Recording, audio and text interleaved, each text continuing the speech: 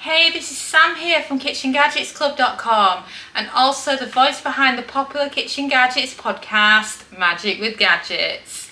Today, in the latest day in our 30 days of learning the Ninja Foodi 15-in-1, we are talking about pork belly. Pork belly is absolutely delicious, and if you like it lovely and sticky, then it's easy to do using this amazing kitchen gadget.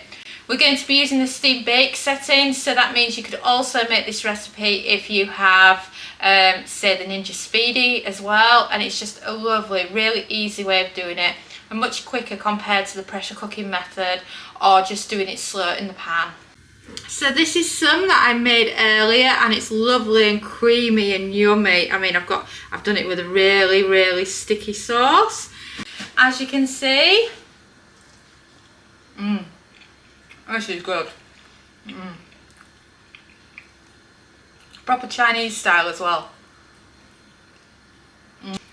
So now I've had a bit because I just couldn't wait because it's so nice. Is what do you need to actually make this? Well, I'm splitting the recipes into two parts. The first part is going to be actually steaming the actual pork belly with some nice ingredients, and then what we're going to do is we're going to allow it to cool a bit. We're going to slice it up into chunks, so kind of think the chunks that you see there, and then we're going to add some extra flavours to it, and we're going to add some oyster sauce as well, and it's just going to be yummy. So shall we get started with it? So what I've got here for the first part of the recipe is some pork belly slices. I've got salt and pepper. I've got both soy sauce and rice vinegar. I've got a garlic and ginger puree and some salt and pepper, and of course some chicken stock. So it's really simple everyday ingredients here, nothing overly complicated at all. So grab a knife to get into your pork belly slices, and I'm going to prep it directly in the cooking pot as well to save on washing up. So you want to add your slices, spread them out like this, and then we can start building up the ingredients. So a quick wash of the hands, and we're going to start with the seasoning of salt and pepper. Don't be shy, plenty of salt on there. And then some pepper, soy sauce, give it a good drizzle. Same again with your rice vinegar. Some ginger and some garlic. You can do it in whichever order you want, it really doesn't matter.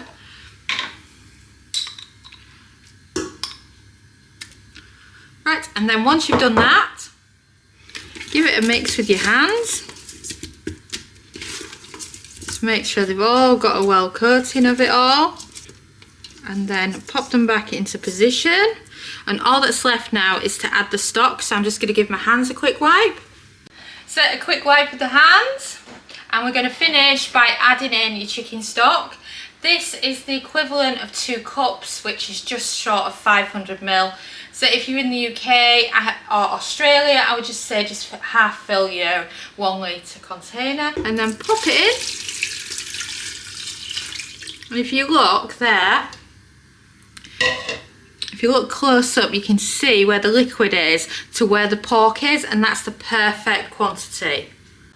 I'm explaining that just because there's cooking pots of different sizes, so the volume may adjust. Say if you've got a really wide one, if you've got a thin one, then you won't quite need as much liquid, but it's still fine to use that amount. So then pop your lid down. So let's cook our pork belly. So you want to be in the middle section on the slide, which is the combi steam, and you're looking for steam bake. And then for temperature, you want to take it all the way up to 160 Celsius, that's 320 Fahrenheit, and you're looking for a cooking time of half an hour, so 30 minutes, and then press start. But why steam bake, you may be wondering? That is because whenever I would normally cook them, I'd cook them in the oven and I would bake them, and I find that the bake in the oven versus in these gadgets is very similar. And then we're adding in the steam element because then it's more like when you're pressure cooking them and how much quicker it makes them. So a steam bake just works really well with doing a belly pork. But of course, you know, you can mix and match depending on what kind of gadget you've got. If you don't have a Ninja Foodi and you've got a pressure cooker, instead of this half an hour on steam bake, you can do an hour followed by a quick pressure release. Anyway, we'll be back when it beeps. When you first got a multi-cooker, it's so hard understanding the times and temps and getting the food spot on and cooked perfectly. That's why we've made for you the multi-cooker cooking guide. It features all the main functions of the multi-cooker, from dehydrate to grill to steam roast to steam air fry, pressure cooking, and of course simple everyday air frying. It's perfect for lots of different types of multi-cookers, from Instant Pot users to Ninja Foodi users, Ninja Speedy, air fryer. Even if you've got a flex straw, it's just perfect for so many of them.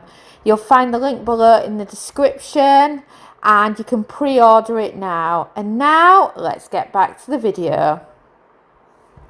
And we've beeped. So shall we check on the belly pork?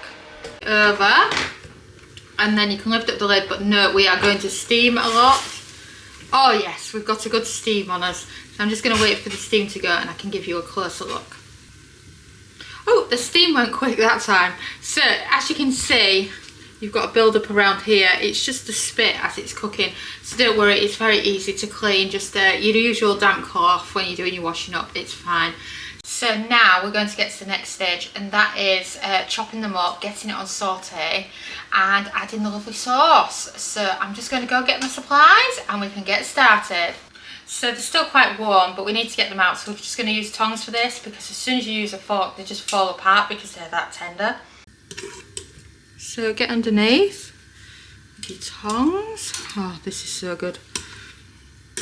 They just fall apart. It's that good. But that one pretty much has fallen apart. So for liquid in the bottom, there's really not that much in there. So grab yourself a tea towel or whatever you've got, and we're going to remove the liquid from in the cooking pot.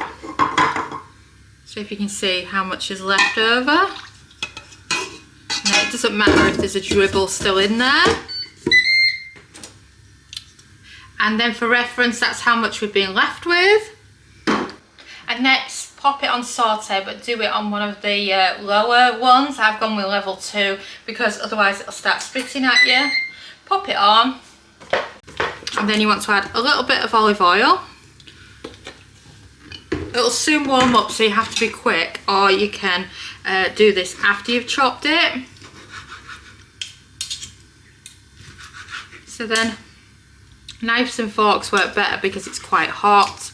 And you want to chop up your pork into cute little strips, like I showed you at the beginning of the video, for size. And then as you can see, it's coming along nicely as that. So you just got these 2 ones left. Oh, they're so tender, they're just falling apart. I'm doing oyster here, but you could also do the same with some hot honey. And then, if you look there, they're all chopped. Add them all in. Don't need the chopping board anymore now. Give them a really good mix round. And then we can add in the other ingredients. So, a bit more salt. A bit more pepper. And then we're also adding in some extra ginger.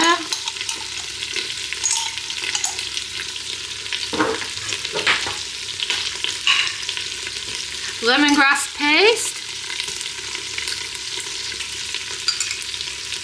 and then another stir, so we can stir in all that yumminess that we just added.